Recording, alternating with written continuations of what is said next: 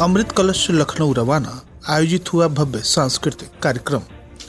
CM dashboard के सफल क्रियान्वयन हेतु हुई समीक्षा बैठक। सीडीओ ने बैठक में बिना तैयारी आने वाले और कार्यों में प्रगति न होने वाले 5 अधिकारियों से मांगा स्पष्टीकरण।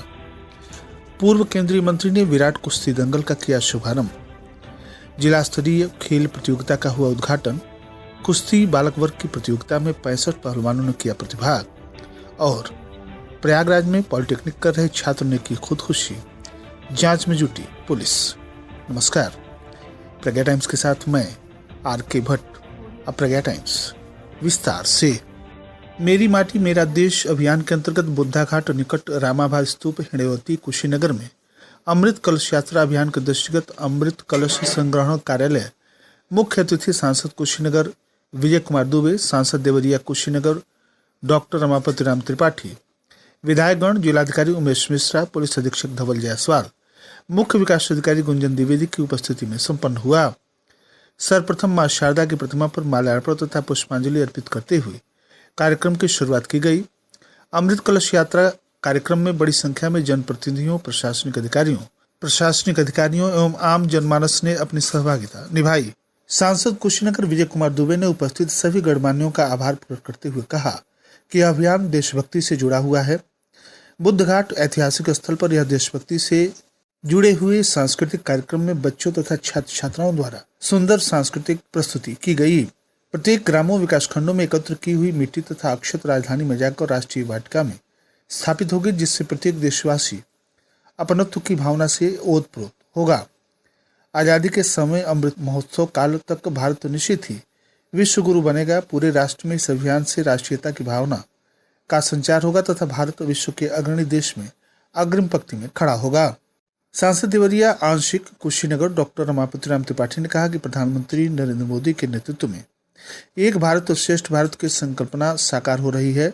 उनके मार्गदर्शन में देश भर में अमृत काल के अंतर्गत विभिन्न सांस्कृतिक कार्यक्रम का आयोजन किया जा रहा है।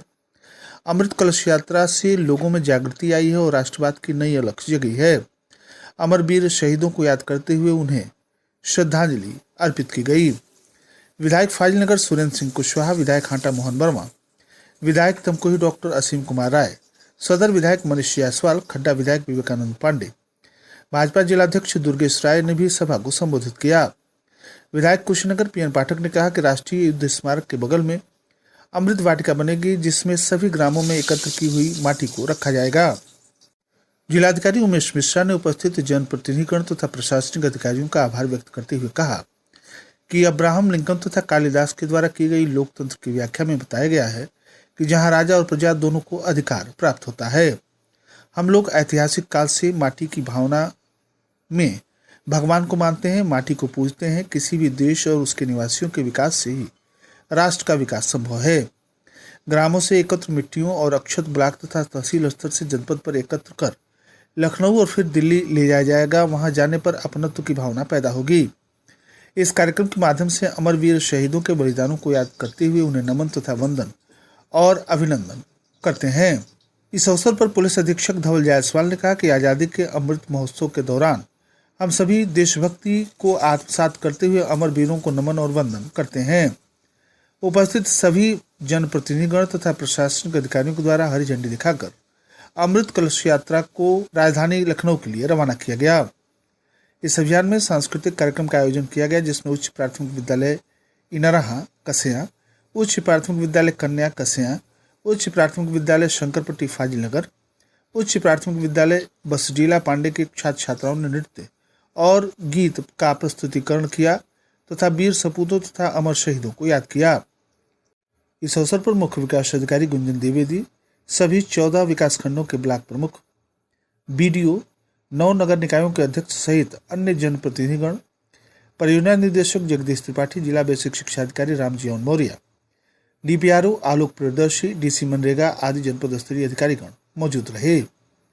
सीएम डैशबोर्ड के सफल क्रियान्वयन तथा संचालन के संबंध में मुख्य विकास अधिकारी गुंजन द्विवेदी की अध्यक्षता में कलेक्ट्रेट सभागार में सभी विभागीय अधिकारियों के साथ समीक्षा बैठक आयोजित की गई। मुख्य विकास अधिकारी ने सभी विभागीय अधिकारियों को निर्देशित किया कि सीएम डैशबोर्ड पोर्टल राज्य सरकार के द्वारा संचालित समस्त योजनाओं की प्रगति को बताएगा। इसलिए इसे गंभीरता से लिया जाए। पोर्टल पर अपलोड फीडिंग के आधार पर ही जनपद की रैंकिंग निर्धारित की जाएगी। उन्होंने बताया कि पोर्टल पर जनपद की 67 योजनाओं के आधार पर रैंकिंग निर्धारित की जाएगी। भविष्य में और योजनाओं की भी रैंकिंग शामिल की जाएगी। बैठक की समीक्षा ई रैंकिंग से की गई, अर्थात जिन विभागों की सूचना शून्य है। उन्होंने बताया कि इसमें कुछ तकनीकी समस्याएं हैं, अपने निदेशालय से संपर्क स्थापित कर समस्याओं को दूर कराएं। उन्होंने कहा कि प्रयास हो कि किसी भी विभाग का ई रैंकिंग या डी न आए। समीक्षा की शुरुआत उद्योग विभाग के द्वारा की गई, जिसके अंतर्गत उद्योग स्थापित किए जाने संबंधी OMU की कार्रवाई पूर्ण नहीं पाए जाने पर जानकारी ली गई तथा जिलाधिकारी से अनुमोदन लेने के पश्चात ऑनलाइन प्रक्रिया पूर्ण कराए जाने का निर्देश दिया गया। खादी ग्रामोद्योग की समीक्षा के दौरान ई रैंकिंग पाए जाने पर प्राप्त एक आवेदन को निस्तारित नहीं करने पर स्पष्टीकरण के निर्देश दिए गए। ODOP योजना के अंतर्गत टूल किट योजना में प्रगति शून्य पाए जाने पर विश्वकर्मा श्रम सम्मान योजना के अंतर्गत समय के अंतर्गत प्रशिक्षण नहीं कराए जाने पर उपायुक्त उद्योग से स्पष्टीकरण जानने का निर्देश दिया गया। माध्यमिक शिक्षा विभाग की समीक्षा के दौरान बालक बालिकाओं हेतु शौचालय, पेयजल व्यवस्था सहित कुल 52 इंडिकेटर के संबंध में संतोषजनक जानकारी बिना तैयारी की बैठक में आने, कार्यों में प्रगति नहीं पाए जाने पर स्पष्टीकरण जारी किए गए। मुख्य विकास अधिकारी के द्वारा यूपी नेडा के द्वारा Pandit Deendayal solar street light में गत माह की प्रगति के सापेक्ष सितंबर माह की रैंकिंग खराब पाए जाने पर सुधार की हिदायत दी गई। कृषि रक्षा रसायन की समीक्षा के दौरान विगत माह में प्रथम स्थान तथा इस माह में 38वां स्थान आने पर बैठक से पूर्व अध्ययन नहीं करने पर जिला कृषि अधिकारी को भी स्पष्टीकरण दिए जाने के निर्देश दिए गए। 102 एम्बुलेंस, 108 एम्बुलेंस, रेडियोलॉजी, दवाओं की उपलब्धता आदि की समीक्षा के दौरान संतोषजनक प्रगति नहीं पाए जाने पर मुख्य चिकित्सा अधिकारी को स्पष्टीकरण देने के निर्देश दिए गए। समीक्षा बैठक में दिव्यांगजन पेंशन योजना, जल जीवन मिशन, पंचायती राज, सामाजिक वनीकरण, बेसिक शिक्षा, पशुपालन, निराश्रित गौवंश टीकाकरण सहित विभिन्न विभागों की समीक्षा की गई। बैठक में DFO Anil Srivastava, PD Jagdish Tripathi, DPRO, DIOS, उप कृषि निदेशक, अधिशासी अभियंता लोक निर्माण विभाग, जल निगम सहित समस्त जिला स्तरीय अधिकारीगण मौजूद रहे।